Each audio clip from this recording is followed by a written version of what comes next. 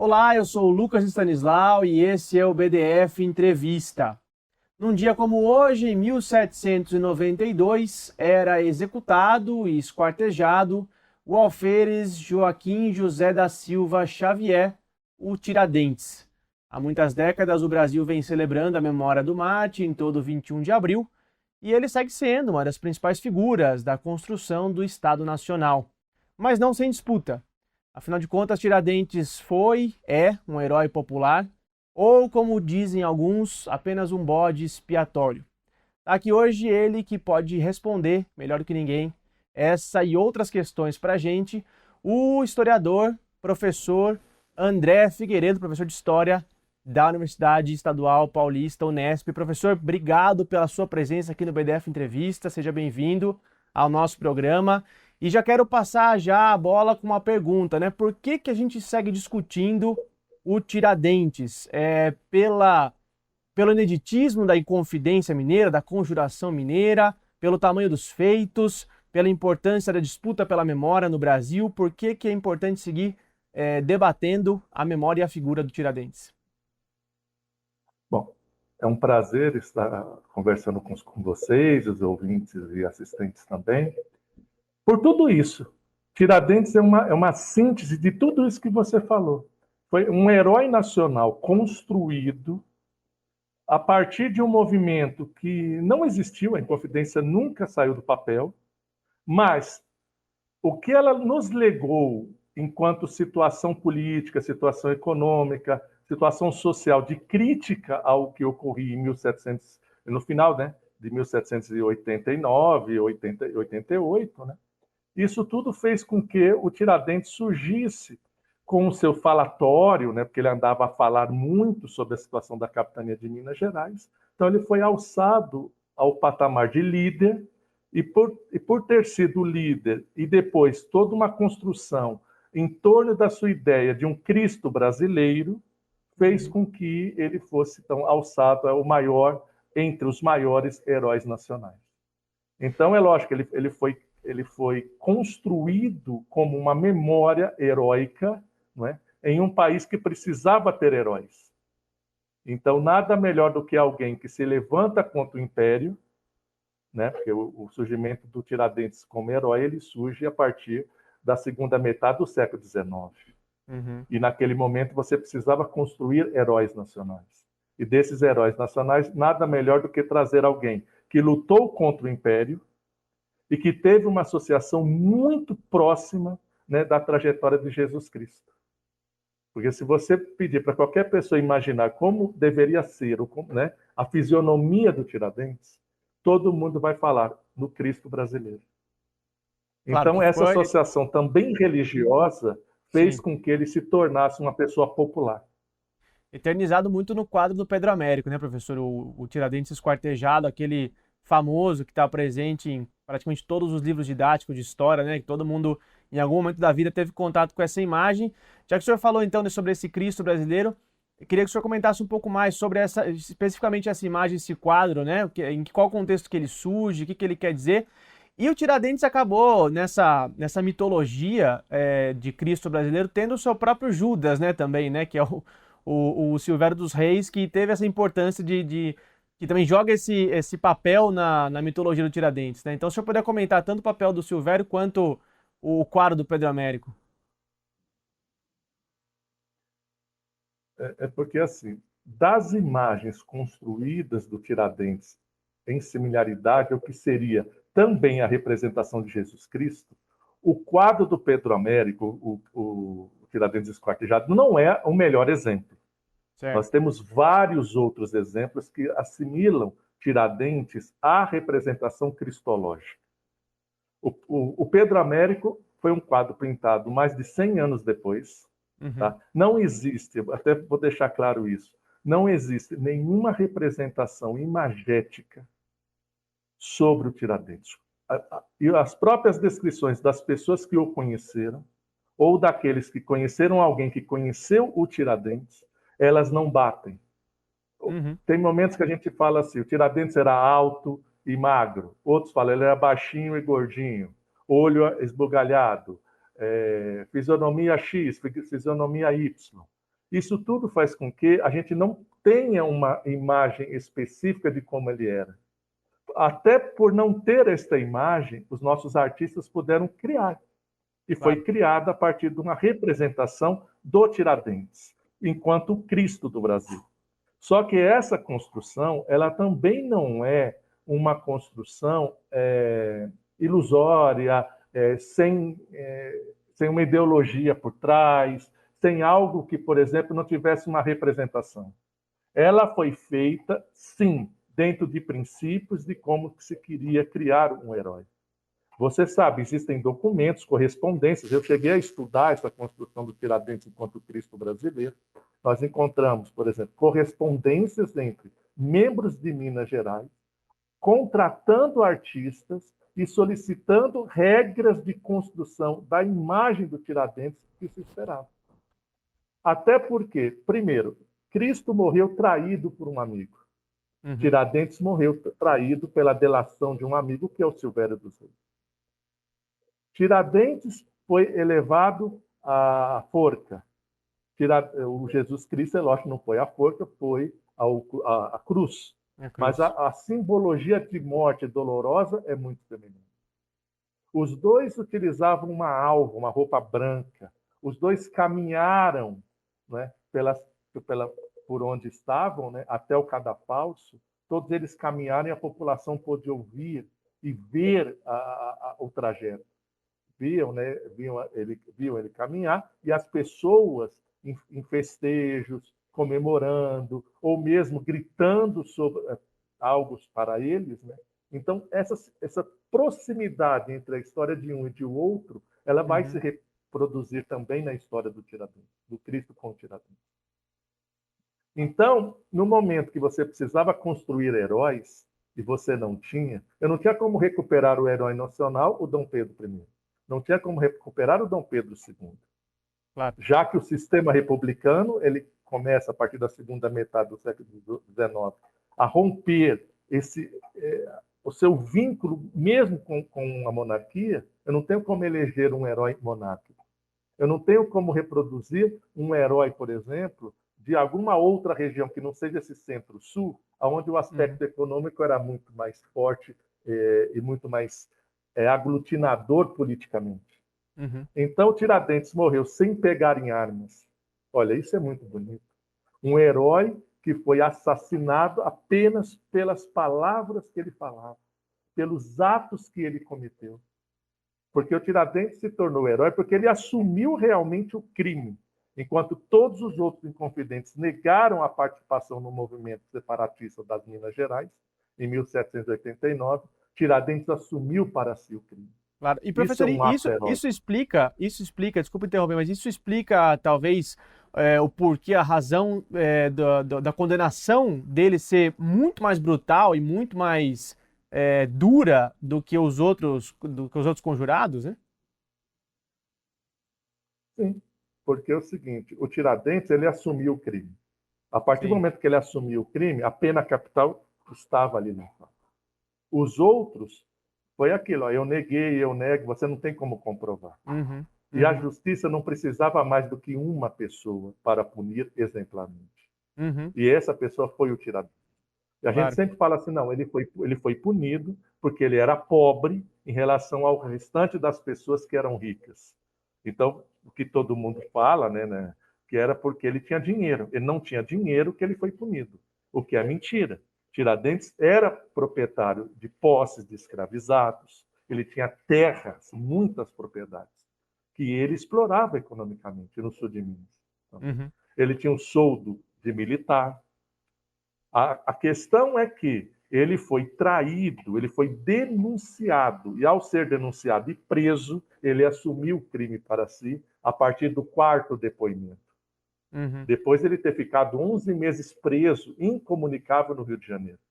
Porque o Tiradentes é preso em 1792 no Rio de Janeiro, após uma denúncia do Joaquim Silvério dos Reis. Silvério dos Reis foi o primeiro denunciante da Inconfidência Mineira.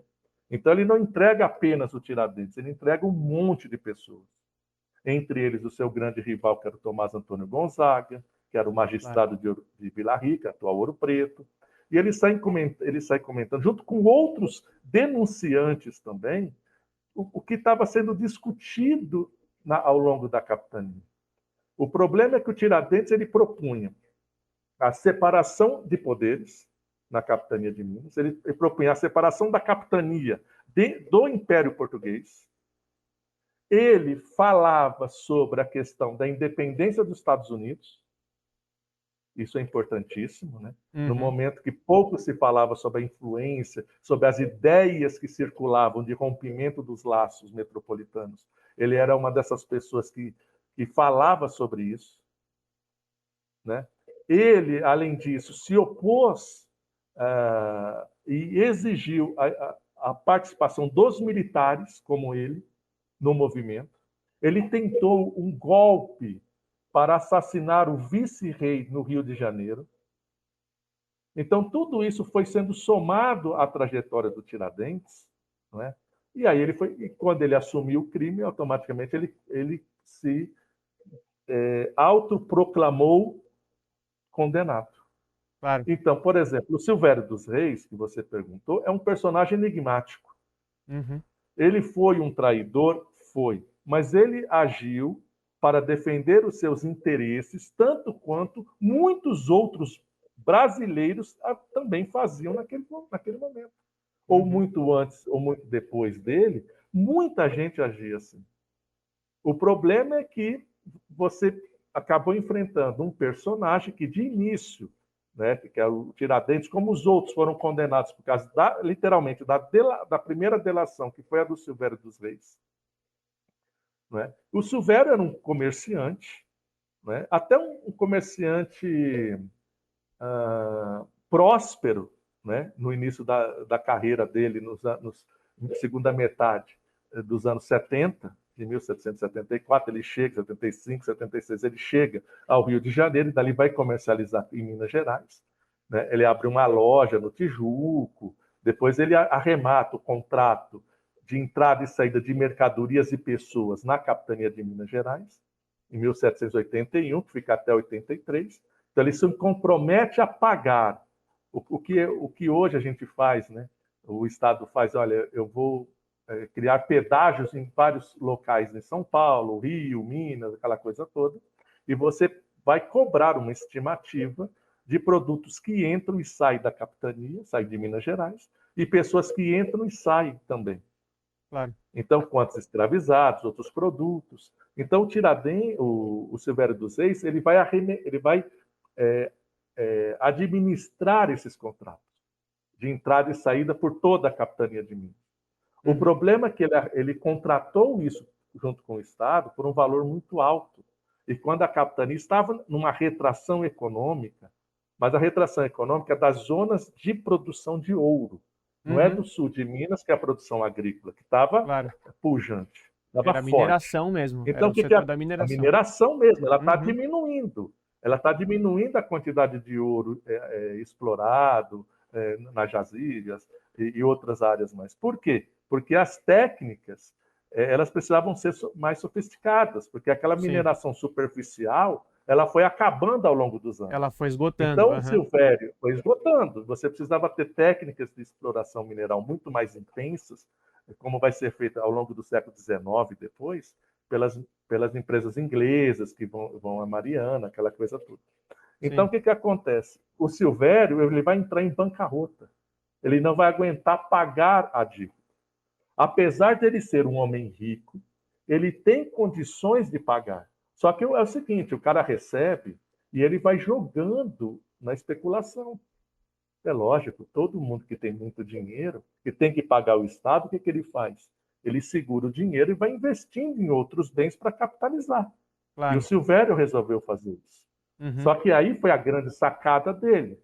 Ele tem dinheiro, ele ganha muito dinheiro a partir desse dinheiro que ele recebe do Estado, e ele não pagou o Estado. Ele foi segurando os pagamentos. Sim. Quando a coroa portuguesa, né, o governo da capitania de Minas Gerais, ou solicita o pagamento integral da dívida, aí o Silvério, em prazo de 15 dias, ele fala, peraí, ou eu pago, ou eu vou preso. Claro.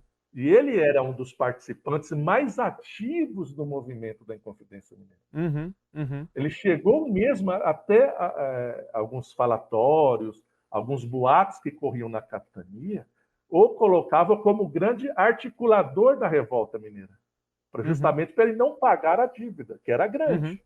Então, o que aconteceu com o Silvério? O Silvério resolveu fazer o seguinte: olha, eu sei muita coisa, posso comprometer muita coisa. Então, eu vou denunciar o movimento ao governador, e por meio dessa denúncia, e aí é o que diz a legislação, se você claro. denunciar alguém que deve à coroa portuguesa, metade dos bens que forem arrematados em leilão, foram vendidos e ganhar lucro, você que denunciou, você tem direito a receber uma parte desse dinheiro. Olha a Era quase estratégia do um cara. prêmio pela delação, né, professor? Se dá para a Um gente usar prêmio pela termos delação. de hoje, né? É isso. Claro. É isso. Então ele falou: peraí, eu vou fazer isso, eu vou Claro. entregar ele e tantos outros, que não tem pessoa pobre. Pessoas pobres, você Uhum, conta um ou outro. A claro. grande maioria dos incompetentes, que são 23, que estão condenados, né, processados e condenados, Uhum, porque o Cláudio faleceu na prisão, então eram 24, ficou 23. Você tem pelo menos ali 18 pessoas que têm muito dinheiro. sim, sim. São Agora, grandes professor, proprietários de escravos. E aí, só para fechar, né, o claro. Silvério, então ele denuncia e entrega essas pessoas. Uhum, Logo de imediato, o Tiradentes é preso no Rio de Janeiro em maio, 10 de maio, não é? O Silvério também vai ser preso. Então, eles ficam lá na Ilha das Cobras, né? Ele é levado para lá, fica lá o Tiradentes, cada um na sua cela. O Silvério reclama com constância de que ele não foi ajudado pelo Império Português, pela coroa, e o Tiradentes dá a primeira entrevista, primeiro depoimento, fala: olha, eu não sei de nada, mente, engana, no segundo e o terceiro. A devassa sobre a Inconfidência Mineira nasce no Rio de Janeiro. uhum, Imediatamente, com receio de que alguma coisa acontecesse para a capitania de Minas, o governador também abre a sua devassa em Minas. Aí, assim, a do Rio acusa a situação em Minas. A de Minas acusa o vice-rei e toda a circunstância política e econômica que ocorre na sede do governo, que está no Rio de Janeiro. Aí fica um embate muito grande. Nesse embate, aí entra a estratégia a estratégia governamental. Vamos uhum. unificar as duas devassas em 1790 e fazer uma investigação só. Então, a turma que está no Rio vem para Minas Gerais investigar e o Tiradentes ficou isolado. Depois de 11 meses isolado, ele já, lógico que ele estava tomando ciência do que estavam todo mundo acusando ele resolve então falar. E esse ato é um ato heróico. Enquanto todo mundo acusava o Tiradentes, quer dizer, é lógico, a turma sabe, ó, ele é o mais fraco, ele é isso, ele é aquilo, vamos acusá-lo. Porque o Tiradentes ele andava falando nas ruas sobre a revolta. Ele falava para a população de baixa renda. Ele falava nos bordéis, ele falava para os militares de baixa patente, para todo mundo. Então, quando ele assumiu o crime de rebelar-se contra a coroa portuguesa, né, no quarto depoimento, todo mundo começou então a acusá-lo. Ah, ele já falou mesmo, vamos acusá-lo. Então, esse ato é um ato heróico. Isso faz com que ele se torne o grande personagem da Inconfidência Mineira. Claro, claro. Agora, professor, colocando em contexto, né, o senhor citou a mineração, que estava em decadência, mas era um elemento central na província, né, na capitania mineira. É, e a gente lembra, claro, da reivindicação contra a derrama, né, que era o imposto excessivo cobrado pela coroa, que era uma das reivindicações dos conjurados. O que estava na pauta central deles ali? Era, de fato, uma revolta contra o imposto? Era, de fato, a independência da província, da região, porque também era, a gente pode dizer que era separatista, né? Porque não havia Brasil, então era separatista da capitania do Império. E o que estava na pauta central ali dos revoltosos dessa conspiração? Uhum. A Inconfidência ela nasce principalmente como uma revolta contrária à situação econômica. Porque eu Certo, estou falando de homens que têm dinheiro, têm poder, claro. participação política, participação econômica. E com a crise da mineração, já que a maioria tem a ver com a agricultura, mas também com a mineração, né? O que, que vai acontecer? Esses homens vão querer se rebelar, porque a coroa exige o pagamento de impostos, e esses impostos, desde 1769, não estão sendo pagos. Porque nós tivemos uma cobrança compulsória dos impostos já em atraso. Então, você tem que pagar 100 arrobas de ouro por ano para compensar a exploração mineral. Só que a capitania ela não paga essa quantidade desde 1769. Ela não vem pagando. Quando dá 1788, a situação explode. Não tem mais condições. A dívida são quase 6 toneladas de ouro. Não tem condições de pagar isso. Uhum. E já estava se falando, olha, o governo vai decretar, né, a derrama. O que é a derrama? É você pegar tudo que a capitania deve e cobrar compulsoriamente dos moradores. Uhum. Então, não é assim, eu vou, por exemplo, eu devo R$10, então eu pego, vamos supor, vocês que trabalham aí e meus colegas daqui. Então, nós vamos dividir 50 centavos para cada um e resolver o problema. Não é assim que funciona a derrama. A derrama ela entra na sua casa e pega os bens de valor. Uhum. Se eu conseguir já na primeira casa arrecadar a dívida total, acabou a cobrança do derrama. Certo. O problema é que você não tem, você tem que cobrar muita gente. Então, logicamente, as pessoas mais ricas sabiam, se eles fossem perder os bens, literalmente eles iriam ficar muito pobres, porque a coroa teria que pegar muita coisa, são quase 6 toneladas de ouro. Meu amigo, se você fizer a conta hoje, quanto que não dão 6 toneladas de ouro? Claro. É muita coisa. É muito dinheiro. Então, essas pessoas começam a pensar uma maneira de evitar essa cobrança. O governador não é burro. Ele sabe se ele coloca a cobrança em dia, isso ia explodir. Todo mundo ia se rebelar contra o governo. Ele sabia disso. Só que o império está cobrando. O problema é que quem está em Portugal não está nem aí para o que está acontecendo dentro do Império Português, dentro do território brasileiro, deste império. E as pessoas começam a querer, a sofrer com isso. Então, os inconfidentes, eles querem, primeiro, acabar com esse sistema de exploração. Eles querem permitir que os mineiros tenham acesso à educação, porque as universidades brasileiras, elas são recentes. Você não tem universidade no território. Então, eles querem criar uma universidade em São João del Rei, uma casa da moeda. Né? Você tem moedas cunhadas em Minas Gerais, só que agora ele quer criar uma casa específica da moeda. Quer expulsar esses os portugueses que residem em Minas. Lógico, vão expulsar os portugueses que não aderirem ao movimento. Isso é uma outra coisa.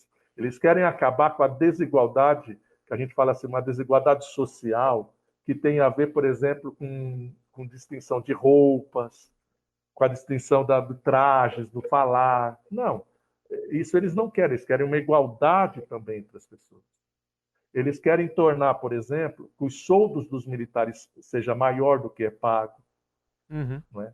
Isso tudo são mudanças. Algumas pessoas dizem que eles queriam começar a discutir a questão da abolição, mas é muito difícil isso ter acontecido nas discussões, que a gente também não sabe muito bem muitas das discussões, né? Mas provavelmente isso não veio à pauta de discussão, porque todos eles eram escravistas, eram proprietários de escravos. Então, como é que você vai defender o fim da escravidão se você depende dos escravizados, dos escravos, para trabalhar nas suas propriedades agrícolas ou minerais ou de pecuária? Mas a gente sabe ainda algumas das situações, principalmente são essas. É você romper, tornar um processo de independência e seguir o modelo federalista americano. Que você ia ter, por exemplo, assembleias e você ia ter congressos locais em várias partes da capitania que administrariam sob a tutela de um presidente, não é? Minas Gerais, que no caso já tinha sido escolhido como o primeiro presidente da capitania o Tomás Antônio Gonzaga. Isso a Claro. gente sabe. Isso para a época, numa situação colonial, é extremamente avançado, né, professor? E extremamente ameaçador para o domínio português, né? Claro, não tenha dúvida disso. É, é. Não tenha dúvida disso. Os primeiros contatos, por exemplo, de mineiros, de brasileiros, com as ideias que vinham da Europa, as ideias iluministas, por exemplo, Claro. que propunham o rompimento dos laços metropolitanos, que uma capitania tinha direito a se tornar independente, né, do império, do seu império. Por quê? Porque Uhum, ela estava sendo explorada. uhum, Isso tudo é levado em consideração nesse uhum. momento. E como é que as Agora, ideias circulavam? Pelos livros, as pessoas iam sim, estudar na Europa, elas sim. traziam essas ideias, traziam livros desmontados por causa da censura. Aí chegava aqui a recolhendo de uma pessoa, de outra, de uma mala de outros livros, que traziam essa crítica à sociedade, a essa estrutura sociopolítica. Também você tem o exemplo da independência dos Estados Unidos, de Uhum, 1774, que é muito forte, desculpa, 1774, né? A 76, quando é o momento da consolidação, depois nos anos 80, você vai ter todo aquele manancial ideológico, político dos Estados Unidos sendo revitalizados, aquelas ideias mudando para cá, mudando para lá, mas servindo como exemplo de e, como uma colônia pode claro, romper os seus laços, tornando-se uma nação próspera. eu ia te perguntar justamente isso, porque o exemplo Então, em americano serviu mais do que o francês. 1776, o exemplo americano é forte. Claro, Não tem francês. serve mais do que o. Porque a É, sim, Inconfidência exato, acontece antes do que seria a exato, Revolução exato, Francesa.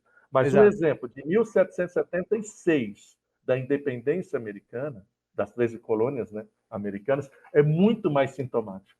A luta Tanto que a gente anticolonial, tem anticolonial. Em claro. 1786, você vai ter brasileiros se encontrando na Europa com prepostos da independência desses líderes americanos, né, principalmente na França, nós vamos ter um encontro do Van Dyck, né, com o Thomas Jefferson, Uhum, para negociar o apoio americano. O problema é que os Estados Unidos não vão apoiar a independência dos Estados Unidos. Eles até acham uma boa ideia, acham significativa a proposta de independência dos Estados Unidos, do Brasil frente a Portugal, mas eles não apoiam, porque eles estavam formalizando contratos de apoio econômico entre Portugal e Estados Unidos para a uhum, compra de trigo, de produtos americanos. uhum, Então não tem como eles apoiarem. O que eles queriam do Brasil, literalmente, também, era que o Brasil abrisse os portos ao comércio de caça de baleia, o que o Império Português, né, o ministro português, falou que não, não pode. Eu não quero americanos aqui, porque se eles atracarem nos portos do Brasil, eles podem comentar com quem está aqui sobre o processo de independência americano, o sucesso do processo de independência, e as pessoas quererem, por exemplo, seguir esse exemplo, esse modelo. Então, isso não vai acontecer. uhum, Até uhum, porque Portugal está muito mais interessado, os Estados Unidos está muito mais interessado em consolidar o seu processo de independência, ser reconhecido por outras nações da Europa, entre elas Portugal, do que se aventurar e apoiar o movimento de independência. Apesar que você sabe, a gente tem correspondência americana falando, olha, dificilmente que Portugal iria, se tivesse uma guerra mesmo aqui dentro, dificilmente Portugal conseguiria. Se não derrotasse logo de imediato, claro, não ganharia depois. claro, Mas o problema é que não aconteceu. O movimento que se pensava, ele foi delatado pelo Silvério. Então, o sim, que o Império faz? Espera aí. Então, é o seguinte, já vamos nos precaver. Então, se sim, todo mundo esperava o lançamento da derrama para ser o estopim do movimento, claro. eu suspendo a derrama. Vamos E o matar, governador suspendeu. vamos matar, vamos tirar a razão pela qual eles vão se rebelar, né? É isso. Vamos sufocar na Claro, raiz. então isso não Professor, aconteceu. a gente começou nossa conversa falando da República, né? Porque é meio inevitável de falar sobre o momento de construção do herói Tiradentes, né? Eu queria que o senhor comentasse um pouco essa construção nesse período republicano. Eu recentemente estava lendo alguns artigos sobre o período da Revolta da Armada ali, né? Quando se formaram batalhões patrióticos contra essa Revolta da Armada, que foi contra o governo Floriano Peixoto. E o primeiro batalhão que se forma é o Batalhão Tiradentes, justamente com o nome do Tiradentes, nesse momento que estava se consolidando essa figura do herói nacional, do herói independentista, do herói brasileiro, né? E aí tem uma outra passagem, professor, que eu gostaria que o senhor comentasse, que é a Praça do Rossio, que acabou virando a Praça Tiradentes, né? Que eu acho que é bem exemplar dessa disputa pela memória e pela figura do Tiradentes, né? Se o senhor puder contar um pouco essa história que está envolvida nesse lugar, né? Nesse lugar específico ali no Rio de Janeiro.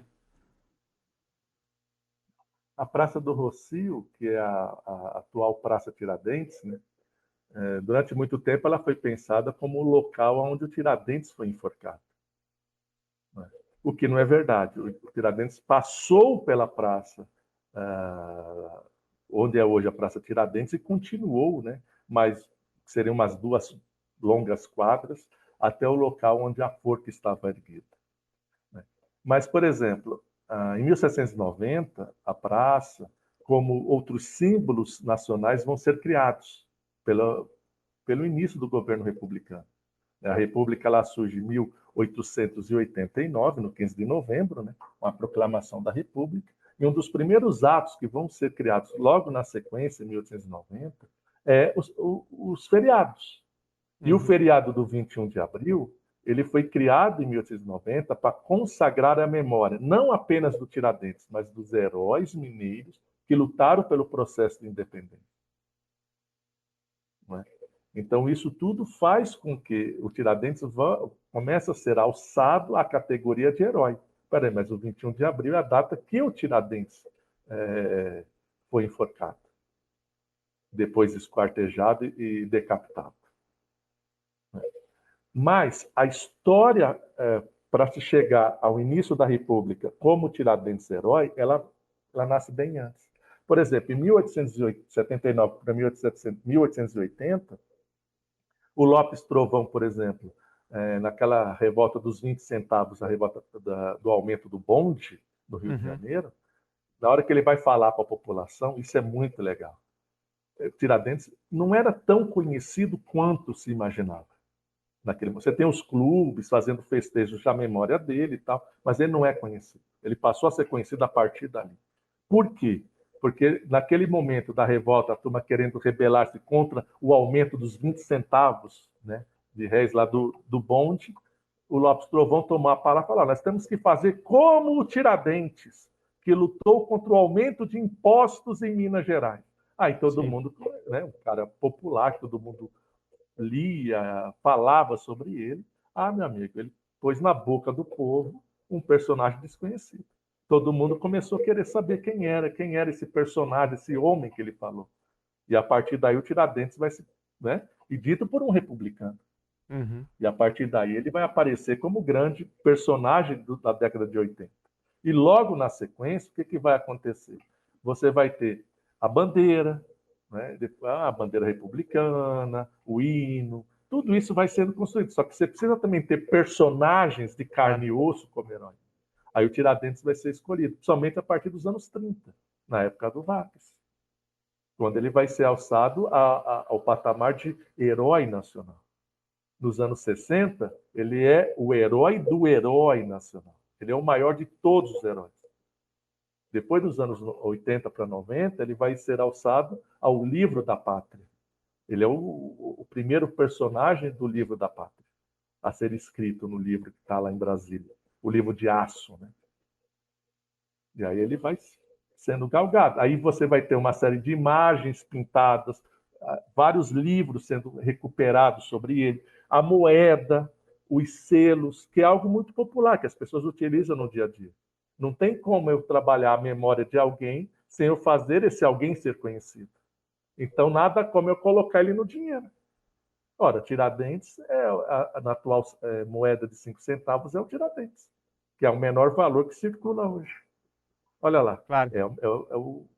a fotinho dele. Então, você põe na boca, na mão, as pessoas vendo. São selos, né?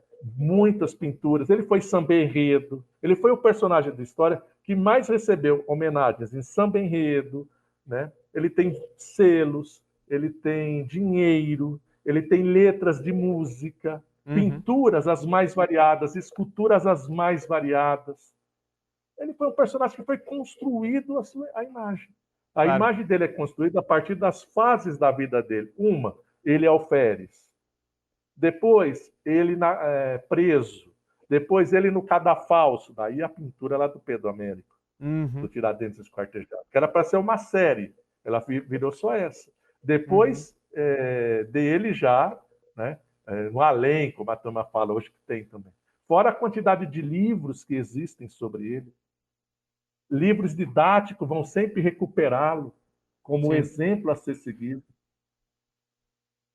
E durante a ditadura militar, eu acho muito curioso que o grupo de teatro de Arena, né, encena algumas das peças, das peças musicais com heróis nacionais. Tem o Arena contra Zumbi, e tem o Arena contra Tiradentes, né, que foi também um clássico contra a ditadura militar, resgatando a figura histórica, mas trazendo ali para um campo popular, para um campo da esquerda, né, e muito utilizado contra o autoritarismo ali, representado pela coroa na peça, mas claro, contra a ditadura dos militares, né, nessa época.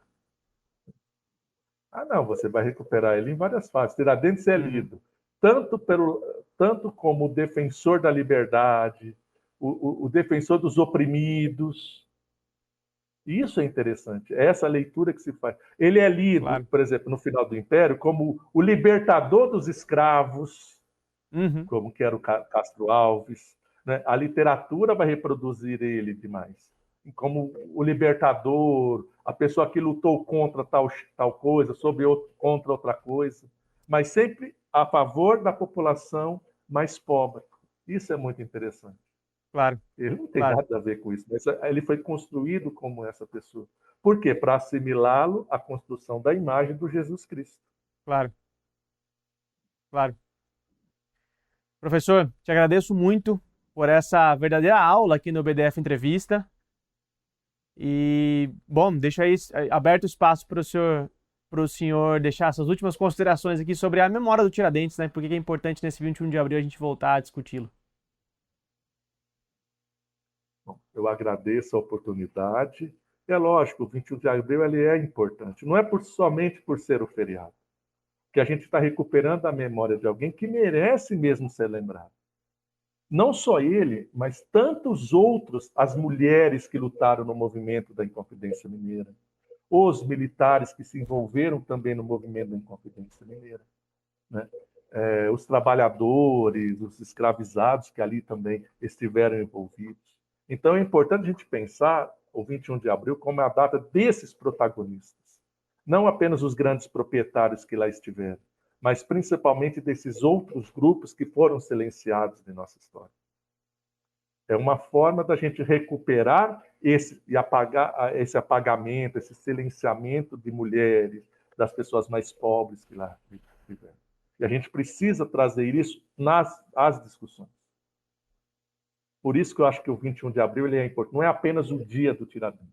É dia de uma população acebada de impostos, né, que lutou por ideais, por melhorias. Esta é a ideia. É uma coisa meio idealizada, mas esta é a ideia. Muito Perfeito, obrigado professor, pela oportunidade. A gente agradece a sua participação e agradecemos também a você que acompanhou mais essa edição do BDF Entrevista. A gente se vê no próximo episódio. Até lá!